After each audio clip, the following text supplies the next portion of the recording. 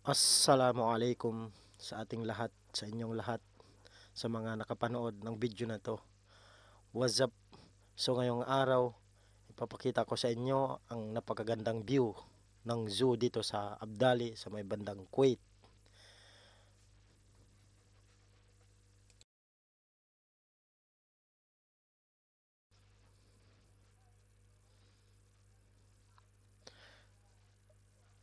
So halina't samahan nyo ako ikutin ang buong zoo na to.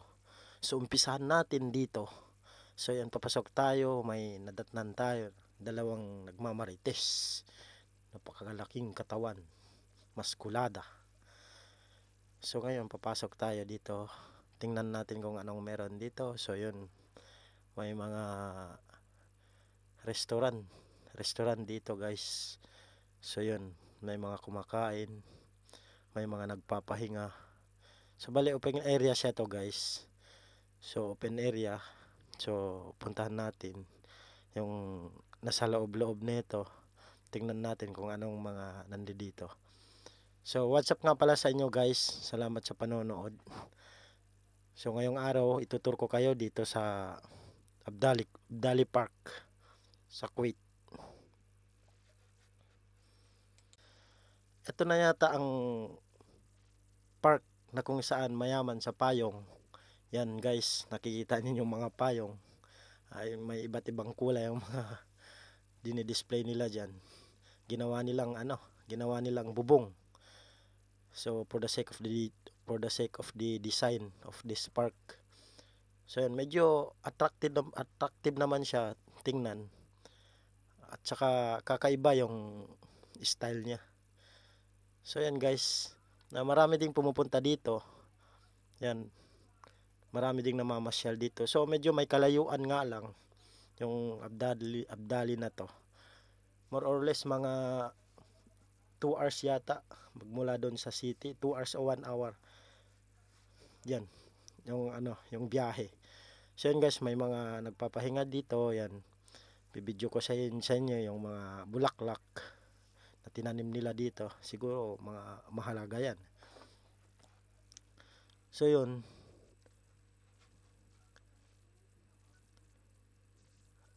dito tayo sa labas. Yan, medyo maganda ang simoy ng hangin ngayon mga kabasilenyos. May mga nagbabike dito. Yan. So yan, ikot-ikot lang muna tayo guys. So stay tuned lang. Ikutin natin to, yung buong park.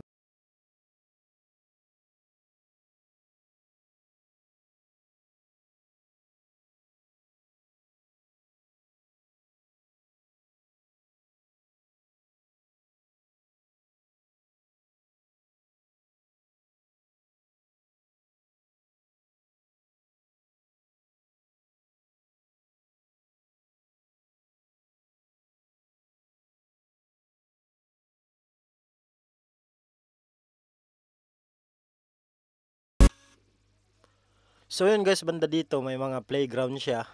Yung may mga bata na naglalaro, yan, mga bicycle lane. Yung mga, as in, maganda talaga dito guys, yan. Sana makapunta din kayo dito. Yung mga nandito sa Kuwait, makapasyal din kayo dito. So yan, yung may mga nagpapahinga along the bicycle lane. Yan. So, yun, sexy ah. So yun, napakagandang tanawin dito guys. So yan, yun yung playground yan.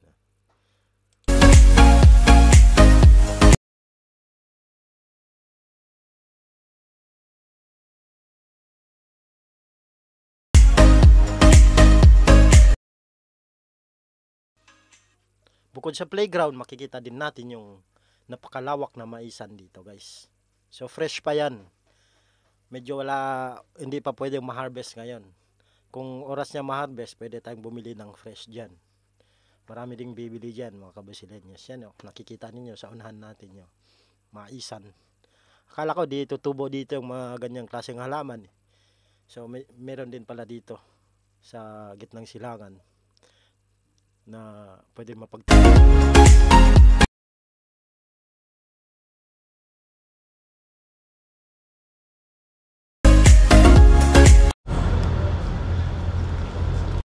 So nandito naman tayo sa may bandang mga flowers. Yan mga halaman, mga aloe vera, mga cactus, mga iba't ibang flowers na iba't ibang halaman. Makikita natin mga dito. Yan guys, yan makikita ninyo. Yan i-view natin sa inyo yan. Medyo okay din dito kasi yung mga tanim nila dito napaka-organize. Yan, ano ba yan? Parang pinya yata yan ah. Ay, hindi, parang ano.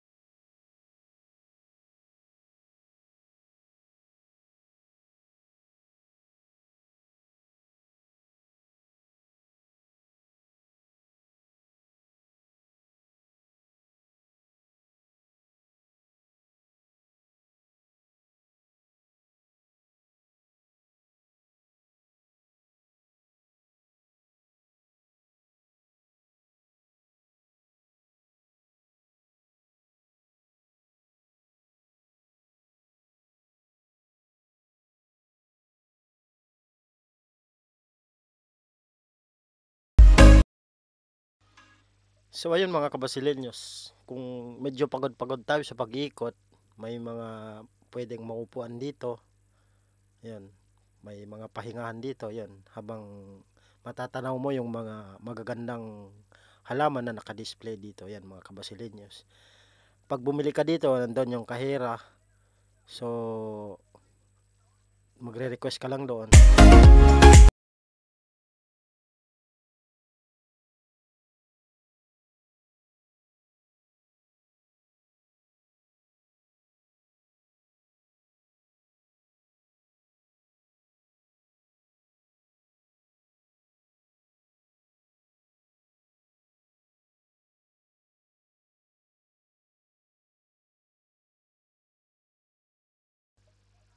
So yun guys, yung nandito, akala mo yung may mga, pag nasa kagubatan ka, yung may mga naka-display sa may mga bangin, mga ganyan. Yan. Yan, mga nakasabit, nakabitay na mga tanim nila. Yan ang organize by ano siya, by section. Tapos may bawat tanim may mga pangalan guys yan. Malalaman mo talaga yung ano niya, yung mga scientific name niya dito. Inakala mo nasa bukid lang tayo ano.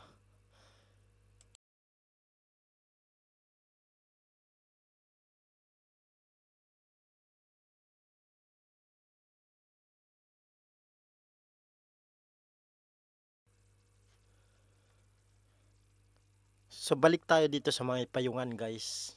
So yun, may mga fresh na gulay dito, mga vegetables. So yun, pumipili ka lang kung anong gusto mo. So yung may mga trolley.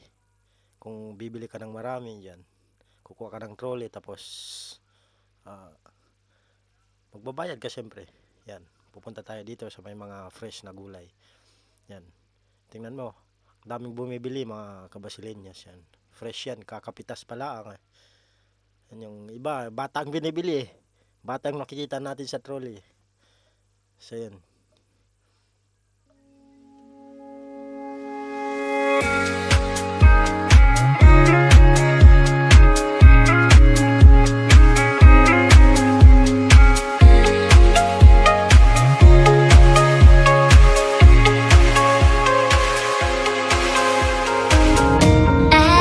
Empty streets, but I kept searching for your trace in the dark.